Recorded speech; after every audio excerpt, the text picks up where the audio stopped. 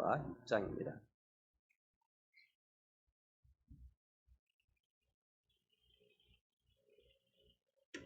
여호수아 6장 15절에서 21절까지 한 절씩 교도하도록 하겠습니다. 15절에서 21절까지. 제가 먼저 15절 읽겠습니다. 일곱째 날 새벽에 그들이 일찍 일어나서 전과 같은 방식으로 그 성을 7번 도니 그 성을 7번 돌기는 그날 뿐이었더라.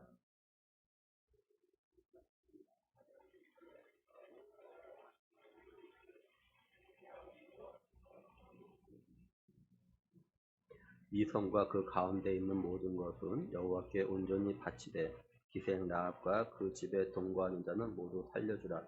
이는 우리가 보낸 사자들을 그가 숨겨주었음이니라.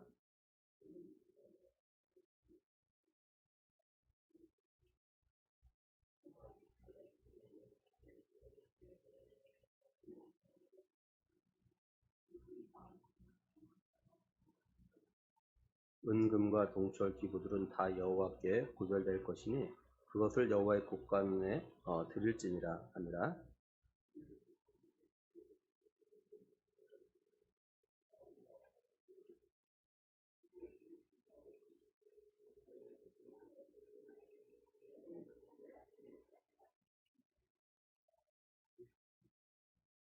같이 보겠습니다. 그 성 안에 있는 모든 것을 온전히 바치되 남녀노소와 소와 양과 나귀를 칼날로 멸하니라.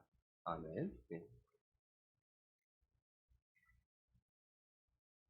하나님께서요 여호수아에게 뭐라 말씀하셨냐면 내가 여리고 성과 그 왕과 용사들 갖다가 다 내게 넘겨줬다 이렇게 말씀하셨어요. 그러니 그 모든 군사들과 그리고 하나님의 언약궤를 맨 제사장들 또 양각나팔든 제사장들과 함께 이제 여리고성을 갖다가 매일 하루에 한 바퀴씩 돌고 일곱째 날은 7바퀴를 갖다 돌라라고 이렇게 말씀하셨습니다. 일곱째 날에 7바퀴를 갖다 돈 다음에 이제 양각나팔을 가지고 있는 제사장이 나팔을 불 때 그 소리가 백성들에게 들리면은 백성들이 큰 소리를 외치라고 하십니다. 그러면은 그 여리고성이 무너질 거라 하나님께서 이렇게 말씀하셔요. 여호수아는 하나님께서 말씀하신 것을 갖다 그대로 이스라엘 백성들에게 다 이야기하고 이제 이스라엘 백성들과 함께 이제 여리고성을 갖다 이렇게 하루 한 바퀴 돕니다. 일찍 일어나서 그러고 나서 진영을 돌아요. 여호수아는 이스라엘 백성들과 함께 이런 시간을 갖다 엿새 동안 합니다. 그리고 이제 드디어 7째 날이 되어졌어요. 이날은 다른 지난 엿새와 좀 다른 날입니다. 아주 중요한 날입니다. 그래서 오늘 말씀 15절로 보면요. 7째 날 새벽에 그들이 일찍이 일어나서 전과 같은 방식으로 그 성을 7번 도니 그 성을 7번 돌기는 그날 뿐이었더라 이렇게 말씀해요. 이전에는 여리고성을 갖다가 하루에 한 바퀴씩 돌았습니다. 이때는 아침에 그냥 일찍이 일어나서 돌았어요. 그 앞에 12절 보면요. 여호수아가 아침에 일찍 일어나서 제사장들이 여호와 언약궤를 메고 돌았다 이렇게 말씀을 합니다. 근데 오늘 7째 날 되는 이 날은요. 말씀 잘 보면 새벽에 일찍 일어났다 이렇게 말씀해요. 우리 날은 7번 돌았다 이야기합니다. 그럼 여호수아를 비롯해서 이스라엘 백성들은 7째 날에 왜 새벽에 일찍 일어나서 여리고성을 갖다 7번 돌았을까요? 그건 이 날은요, 삶과 죽음이 결정된 날이기 때문에 그래요. 삶과 죽음이 결정된다는 것은 여리고 정복 시작을 해서 가나안 정복의 성공과 실패가 결정된다는 것과 같은 말입니다. 여호수아는 7째 날, 다시 말해서 오늘 여리고가 무너지고 그리고 여리고를 갖다 정복한 나라는 걸 갖다가 알고 있고 또한 믿고 있어요. 근데 오늘은 단순히 여리고를 갖다 무너뜨리는 걸로 끝나는 것이 아닙니다. 하나님 주신 가나안 땅을 갖다 정복할 수 있는 그런 전초 기지가 되는 이 여리고를 갖다 완전히 확보하지 못하냐 하는 그런 정말로 중요한 날인 겁니다.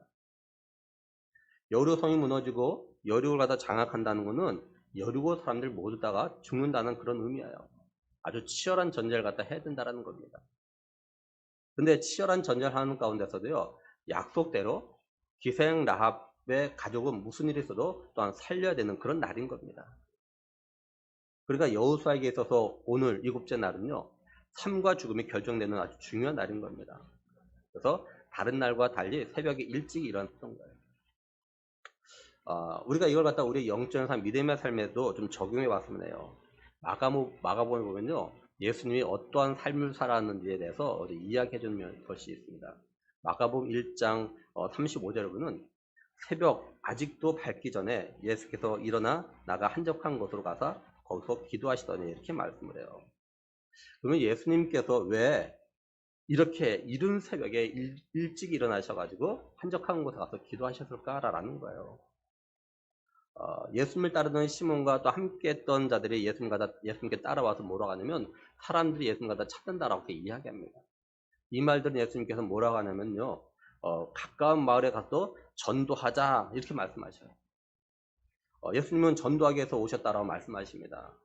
예수님께서 이렇게 말씀하시고 온 갈릴리에 다니면서 유대인의 회당에서 전도하셨어요. 전도는 생명을 갖다 살리는 일입니다. 예수님은 죽은 영혼을 살리기 위해서 이 땅에 오셨고, 또한 죽을 영혼을 갖다가 살리는 일을 위해서 이른 새벽에 일찍 일어나셔서 기도를 갖다 하셨던 거예요. 다시 말해서 예수님은 영혼을 살리는 일, 또한 한 영혼의 삶과 죽음이 결정되는 날이기에 새벽 일찍이 일어나서 기도를 갖다 하셨던 거예요. 그런데 예수님의 매일의 삶의 목적은 이처럼 죽은 영혼을 갖다 살리는 일이셨습니다. 예수님은 한 영혼이라도 더 살리기 위해서 이른 새벽에 일찍 일어나셔서 기도하셨는지도 모르겠어요. 예수님은 내가 늦잠 자면, 내가 좀 여유를 부리면 그 사이에 한 영혼이 죽을 수 있는 걸 아시고 이른 새벽에 일찍 일어나셔서 기도하시고 전도하러 다니셨던 겁니다. 이런 의미에서 우리가 매일 새벽 일찍 일어나서 기도한다는 것은요, 먼저는 우리 영혼을 갖다가 살리는 일이라는 거예요. 다른 말로 하면 내가 새벽에 일찍 일어나서 기도하는 건 오늘 하루 내 영혼이 사느냐 죽느냐가 결정되는 중요한 시간이라는 것을 갖다 말하는 겁니다. 우리는 기도를 갖다 뭐라고 표현하냐면요, 영혼의 호흡이라 이렇게 말하기도 합니다. 우리의 기도가 막히면, 호흡이 멈추면 우리 육신은 죽습니다. 그죠? 마찬가지로 우리 영혼의 호흡인 기도가 멈추면, 또는 어떤 일로 인해서 우리의 기도가 막히면 우리의 영혼은 죽는 거예요. 그 다음에 새벽에 일찍 일어나서 내 가족을 위해서 기도하는 건 내 가족의 영혼을 갖다가 살리는 일을 하는 겁니다.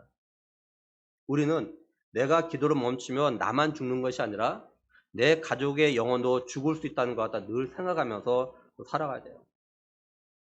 우리가 새벽에 일찍 일어나서 내 가족의 영혼을 위해서 기도해야 그 영혼을 갖다가 죽음에서 구원할 수 있습니다.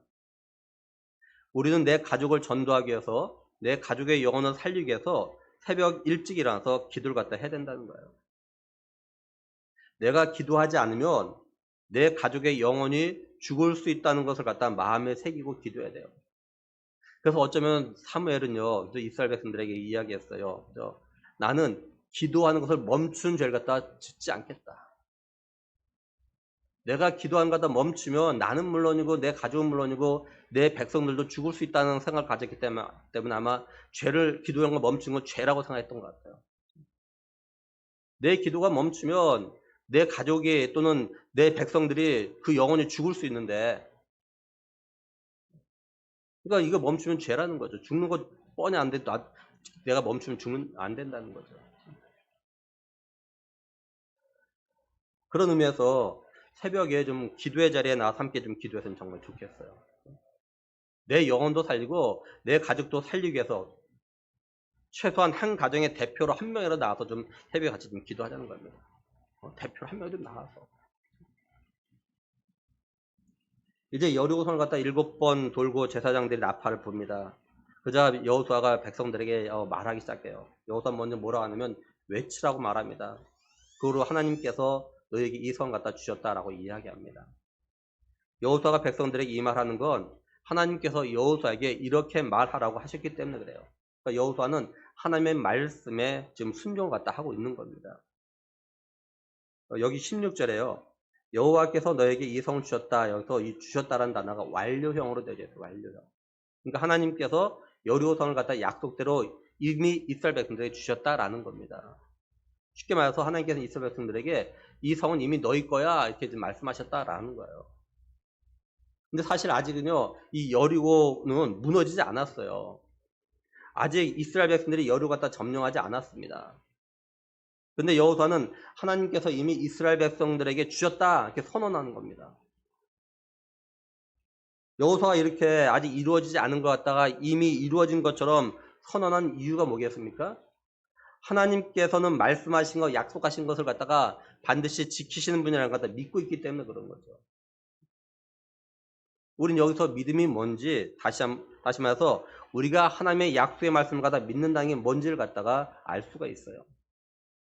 믿음은요, 꼭 내 눈으로 확인해서 믿는 것이 아닙니다. 내 눈으로 아직 보지 못했지만, 확인 못했지만, 그렇게 될 걸 믿는 것이 진짜 믿음인 거죠. 그래서 히브리서 11장 1절에 그죠? 믿음은 바라는 것들의 실상이요, 보이지 않는 것들의 증거니 이렇게 말씀합니다. 특히 우리 예수님 믿는 사람들은 하나님의 신실하심을 갖다가 믿고 또 하나님은 약속하신 것을 갖다가 반드시 지키신 분야를 갖다가 믿기에 그죠? 하나님이 말씀하신 게 아직 내 눈에 이루어지지 않았다 할지라도 내 눈에 보이지 않아도 믿어야 한다라는 거죠. 믿는 거죠. 꼭 내 눈에 보여야만 내 눈에 이루어진 거 봐야만 믿는다는 거 이건 사실 믿음이 아니야. 이거는 누구나 하는 거야. 누구나. 믿음 없는 사람도 누구나 할 수 있는 거죠. 근데 믿음의 사람은 내 눈에 보이지 않지만 그것이 된다는 걸 믿는 거. 이게 진짜 믿음이에요. 그러니까 우리가 이걸 믿으면 여호수아처럼 우리의 입으로 이걸 선언해야 되는 거죠. 선언. 이건 마치 이런 것 같아요. 우리가 살다 보면은 살아오는 가운데 우리 주변에 그죠? 이런 사람 만날 수가 있어요. 정말 이 사람은 아주 신실한 사람이에요. 한번 말하면 그대로 하는 사람이에요. 지금까지 약속을 갖다 어긴 일이 한 번도 없는 사람이에요. 그러면은 어떻게 되냐면 이 사람이 하는 말은 사람이 믿어요. 믿어. 비록 그것이 이루어지지 않았지만 그 사람이 그렇게 말했기 때문에 믿어요. 그것도 이야기한다고요. 마치 이런 것 같아요. 그리고 이건 우리의 구원에도 이렇게 적용되는 것과 똑같습니다. 하나님께서 아담의 범죄 이후에 여자의 후손에서 메시아 구원자가 보내실 것 같다 약속을 하셨습니다. 하나님은 이 약속의 말씀대로 메시아 구원자가 보내셨죠. 바울은 갈라디아서 4장 4절에서 때가 참에 하나님이 그 아들을 보내서 여자에게 해서 나게 하시고 이렇게 말씀을 해요. 이렇게 하나님의 약속대로 오신 하나님 아들 예수님은 자기 백성을 갖다가 그들에 대해서 구원할 자라는 그 이름대로 우리를 갖다가 죄와 죽음에서 구원하시기 위해서 십자가에서 죽으셨죠. 그리고 예수님 말씀하신 대로 죽은 자 가운데서 3일 만에 부활하셨어요. 예수님이 십자가 달리시기 전에 제자들에게 이런 말씀하셨거든요. 내가 장로들과 대제사장들과 서기관들에게 많은 권을 받고 죽을 거다. 근데 죽은 다음에 내가 3일에 부활할 거다. 이렇게 말씀하셨다고요. 예수님은 이 약속대로 죽으셨다가 3일 만에 부활하셨어요.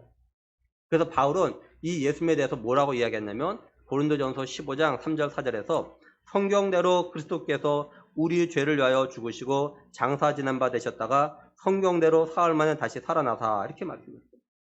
한마디로 예수님 뭐예요? 하나님 말씀하신 대로 예수님 자신이 말한 대로 약속 갖다 지키셨다라는 겁니다. 바울은 이걸 믿으라는 의미로 성경대로 이렇게 이 말 갖다 반복하고 있는 거예요. 우리가 이걸 믿는다면 또 뭘 믿어야 되느냐? 예수님이 이 세상에 다시 오신다는 것 또한 믿어야 됩니다.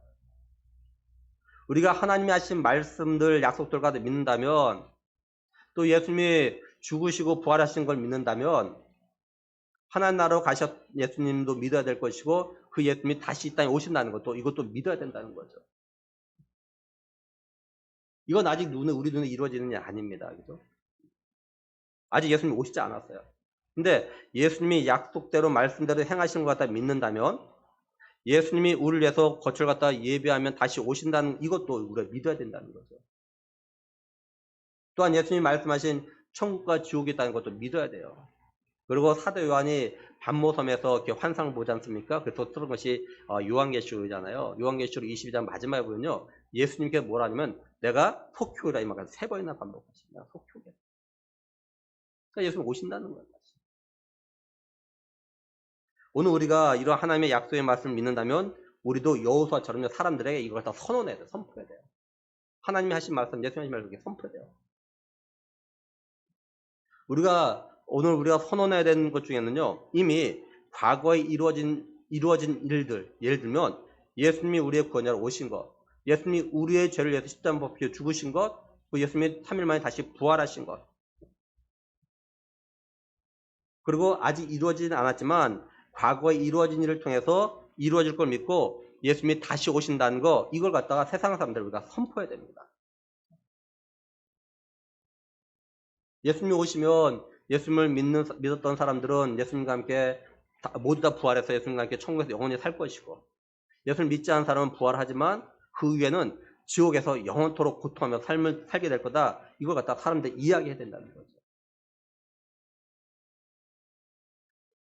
이제 여호수아는 하나님께서 여리고성을 갖다 너에게 주었다는 말을 한 다음에 뭐라고 하냐면 17절에서 19절 보면 이 성과 그 가운데 있는 모든 것은 여호와께 온전히 바치되 기생라합과 그 집에 동거하는 자는 모두 살려 주라. 이는 우리가 보낸 사자들을 그가 숨겨 주었음이니라. 너는 온전히 바치고 그 바친 것 중에서 어떤 것이든지 취하여 너희가 이스라엘 진영으로 바치는 것이 되게 하여 국통을 당하게 되지 아니하도록 오직 너희는 그 바친 물건에 손대지 말라. 은금과 동철 기구들은 다 여호와께 구별될 것이니 그것을 여호와의 곳간에 드릴지니라 하니라. 이렇게 말씀을 해요. 이 말씀을 정리하면 이렇습니다. 여리고성의 모든 것은 하나님께 바쳐졌다. 다시 말해서 모두 다 하나님의 것이다 라는 겁니다. 근데 예외가 있다. 그 예는 뭐냐면 기생라합과 그의 가족은 하나님의 아니라는 것, 바쳐진 것이 아니라는 겁니다. 왜냐하면 기생라합이 정탐꾼을 가서 살려주기 때문이라 그런 거예요. 그러니까 기생라합과 그의 가족을 제한 모든 여리고 모든 것은 하나님의 것이니까 절대로 손대면 안 된다라는 겁니다. 여리고의 모든 걸 갖다 하나님께 바쳐야 되는데 만약에 누군가가 하나님의 것에 손을 대면 이스라엘이 대신 바쳐진 것이 되어야 된다는 거예요.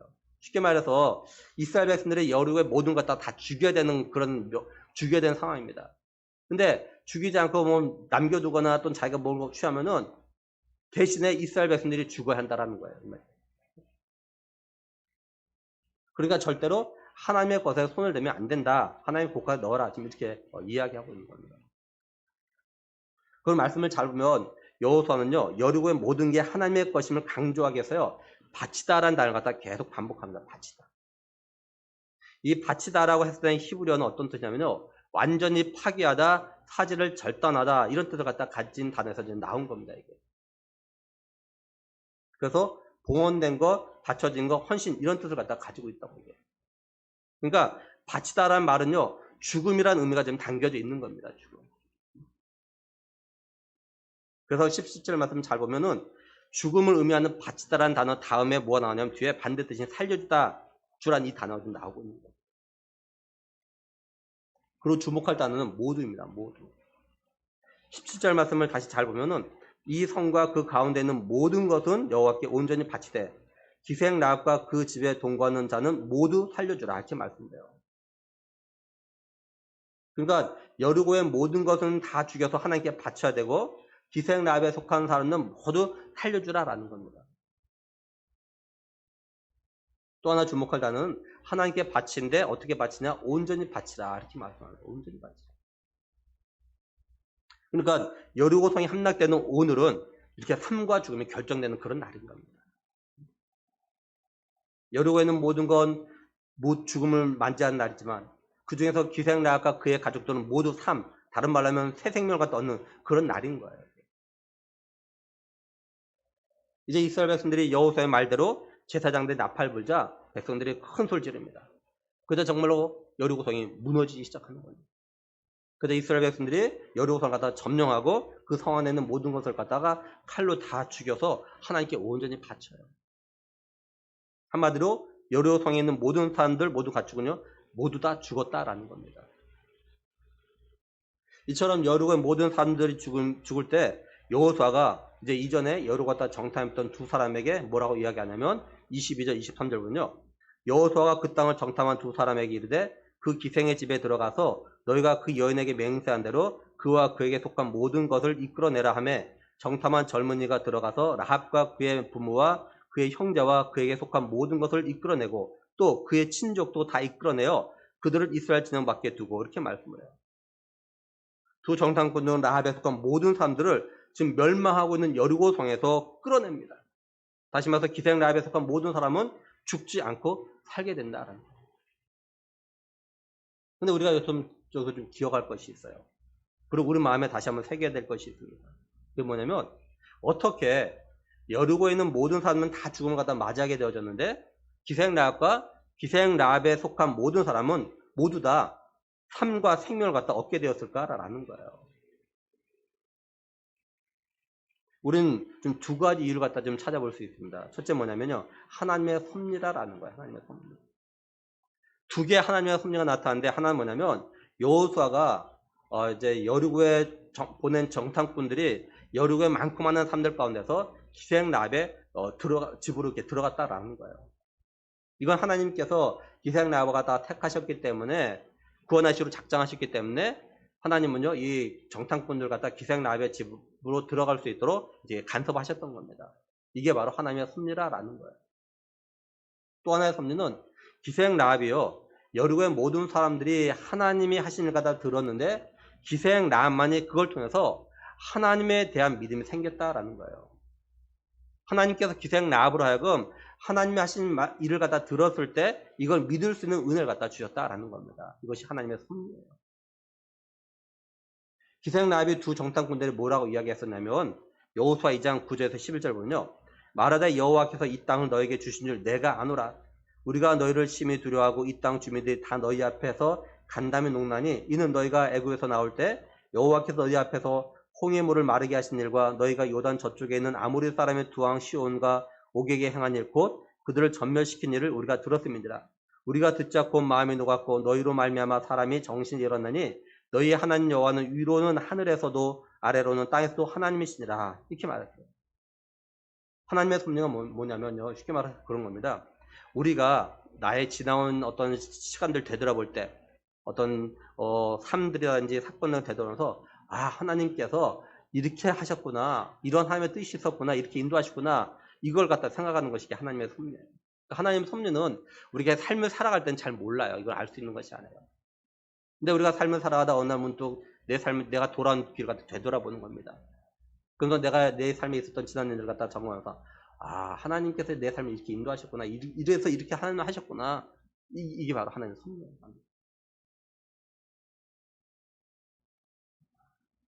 따라서 이 모든 걸 생각해보면 기생라합과 그의 가족들이 여리고의 멸망 가운데서 살 수 있게 된 것이 모두 하나님의 섭리였다라는 겁니다.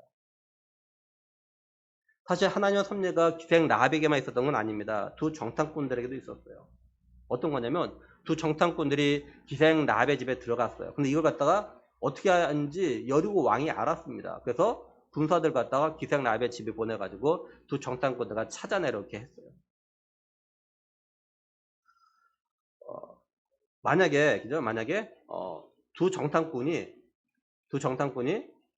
이 기생라합의 집에 들어온 걸 갖다가 여리고 왕이 몰랐다면 이 두 정탐꾼들은 이제 여리고를 갖다 정탐하는데 굉장히 열심을 냈을 겁니다. 근데 자신들이 기생라합의 집에 들어온 걸 갖다가 여리고 왕이 알아가지고 군사를 보내는 바람에 자기가 원래 들어온 계획대로 여리고를 갖다가 정탐할 그런 시간을 갖다 가질 수가 없게 되어졌어요. 여리고 상황을 갖다 볼 수 있는 상황이 안 된 겁니다. 그런데 기생라합을 통해서 눈으로 보지 못하는 볼 수 없는 걸 보게 되고 듣게 되죠. 정탐하게 되죠. 뭡니까? 여리고 사람들의 지금 마음 상태, 지금 정신 상태가 어떤지를 갖다가 이 기생라합을 통해서 듣게 되는 거예요.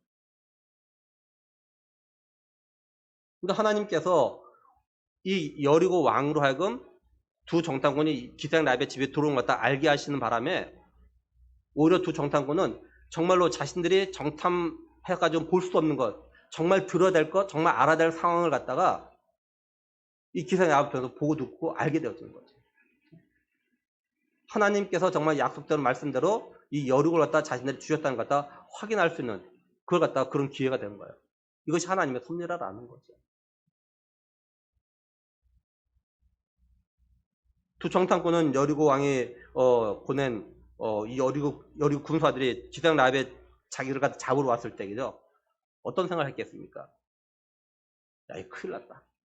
분명히 이건 자기가 여호수아와 자기만 알고 있는데 어떻게 여리고 왕이 어떻게 알았을까? 혹시 이스라엘의 정탐 뭐 간첩 있는 거 아니야? 뭐 여러 가지 생각을 했겠죠. 근데 기생라합을 통해서 지금 여리고 백성들의 어떤 마음 상태, 이들의 정신 상태가 어떤지 지금 어느 정도 지금 혼란스러운지 들으면서 아 하나님의 선하신 뜻이 여기 있었구나. 하나의 섭리구나 이걸 갖다 깨달아 알았던 거죠. 그래서 두 정탐꾼이 여호수아에게 돌아와서 뭐라고 이야기하냐면 여호수아 2장 24절은요. 또 여호수아에게 이르되 진실로 여호와께서 그 온 땅을 우리 손에 주셨으므로 그 땅의 모든 주민이 우리 앞에서 간담이 녹도이다 이렇게 말씀해요. 공동번역 개정판은 여호와께서는 그 땅을 모두 우리 손에 붙이셨습니다. 그곳 주민들은 우리를 무서워하여 어쩔 줄 모르고 있습니다. 이렇게 번역했어요.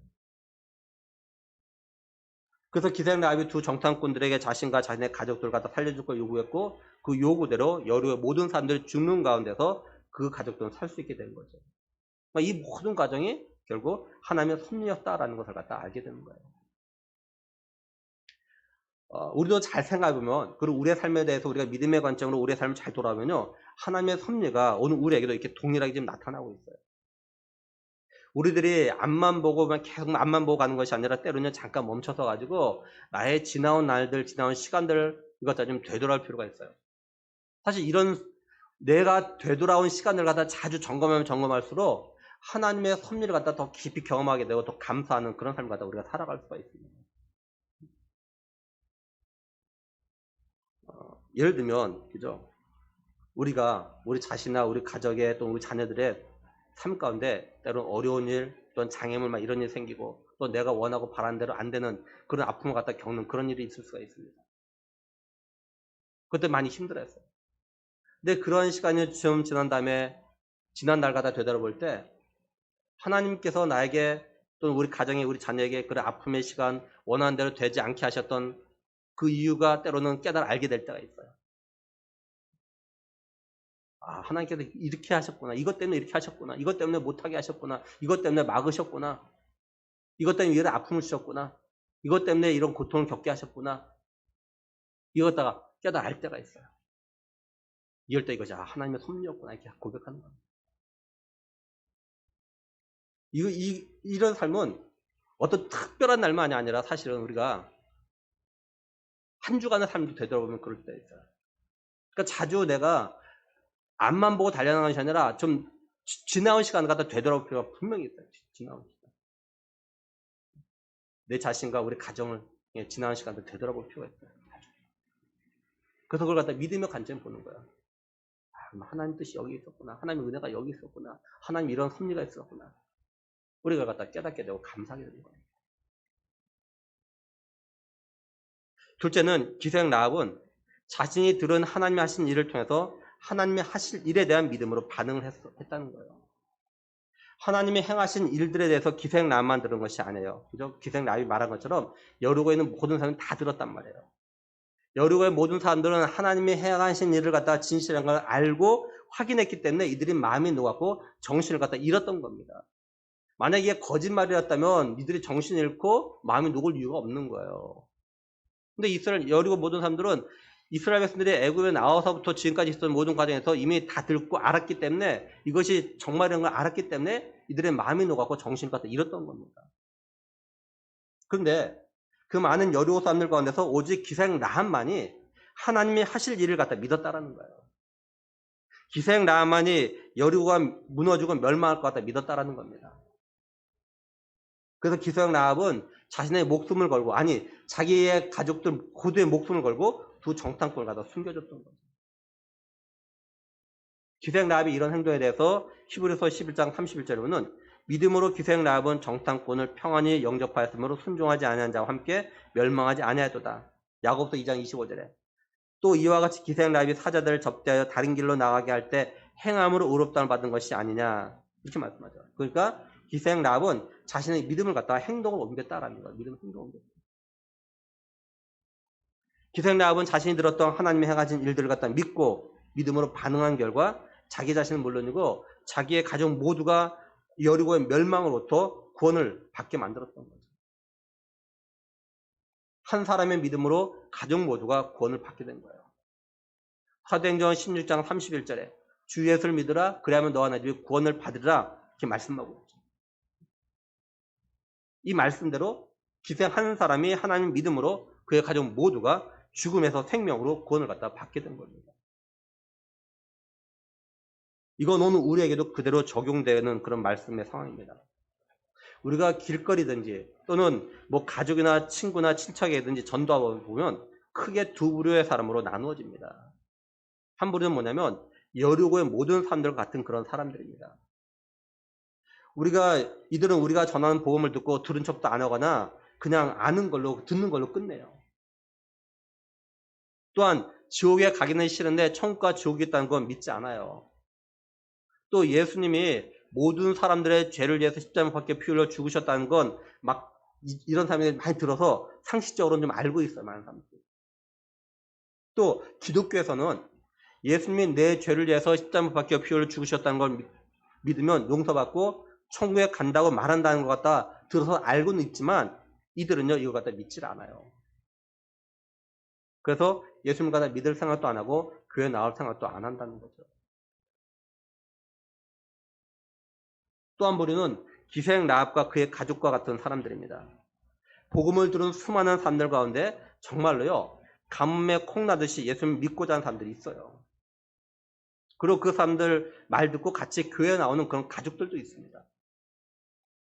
정말로 천국과 지옥이 있다는 걸 인정하고 천국에 가고 싶어서 예수님 믿겠다고 하는 사람들이 있어요. 그런데 이런 사람들은 마치 여리고의 많은 사람들 가운데 단 한 명이었던 기생 라합 같은 그런 사람이에요. 그만큼 없다라는 거죠. 드물다는 거죠. 그렇다면 이게 예수님 안 믿는 사람들, 교회 안 다니는 사람들에게만 나타나는 걸까? 안타깝게도 그렇지 않아요. 교회 안에도 이렇게 사실 둘로 나눠집니다. 한 부류는 여리고의 모든 사람들처럼 하나님이 하신 일을 갖다 들어서 알고만 있는 사람들이 있어요. 알고만. 교회 나와서 예배를 드리며 설교를 들어서 하나님이 하신 일을 갖다 잘 알고 있습니다. 쉽게 말해서 성경에 대해서 많이 알고 있어요. 때로는 하나님에 대한 두려운 마음을 갖다 가지기도 합니다. 그래서 자신이 잘못하거나 죄를 짓거나 말씀대로 삶을 살지 못할 때 죄책감을 느끼며 때로는 회개도 하고 그래요. 근데 이걸로 끝이다라는 거예요. 어떤 믿음의 결단이 없어요. 자신이 들어서 아는 대로 믿음 생활을 갖다 하질 않아요. 안타까운 건 교회마다 마치 여리고의 모든 사람들 같은 이런 사람들이 사실은 훨씬 더 많다는 겁니다. 훨씬 더 많아요. 교회마다 이런 사람이 넘쳐요. 또 한 부류는 기생 라합처럼 하나님이 하신 일을 갖다 듣고 알고 또한 믿음으로 해서 앞으로 하나님이 하실 일들도 믿고 믿음으로 살려고 결단한 사람들이에요. 예배를 드리고 말씀을 듣고 성경을 읽으면서 하나님이 하신 일을 갖다 알고 믿어요. 하나님 말씀대로 역사하시고 행하실 걸 갖다 믿어요. 그래서 하나님 말씀대로 살아보려고 결심을 합니다.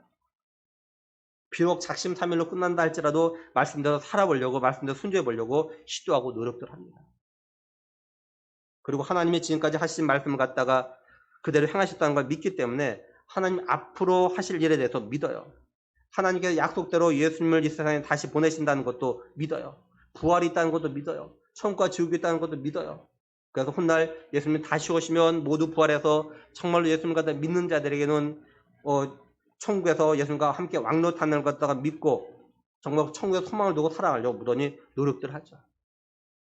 근데 안타깝게도 이런 사람들은 교회마다 생각보다 얼마 되지 않는다라는 거예요. 얼마 되지 않아요. 또 이런 사람들의 말을 듣고 함께 예수 믿고 예배드리기 위해서 교회 나오는 가족이나 가정들은 점점 더 없어지고 있어요. 없어요. 사실 많지가 않아요. 오늘 이 예배제에 나온 우리 자신들의 가족들 한번 보세요. 우리 가족들이 다 예배 자리에 있나요? 가족씩 모두 다가? 우리 가족들이 내가 교회 가자 예수 믿어 천국 간다라 말할 때 그걸 믿고 지금 예배 자리에 나오나요? 한마디로 기생 라합과 같은 가정들은 별로 없다라는 겁니다. 옛날에 비해서 점점 이런 가정들이 점점 줄어들고 있어요. 말씀을 준비하면서 기생 라합에 대해서 이전에 생각하지 못했던 것 같다 생각하게 되었어요. 그게 뭐냐면 기생 라합의 삶입니다. 라합은요 비록 기생의 삶, 다시 말해서 창녀의 삶을 갖다 살았어요. 창녀예요. 참 기생이지만 사실 원어는 창녀입니다. 창녀. 몸을 파는 사람이에요.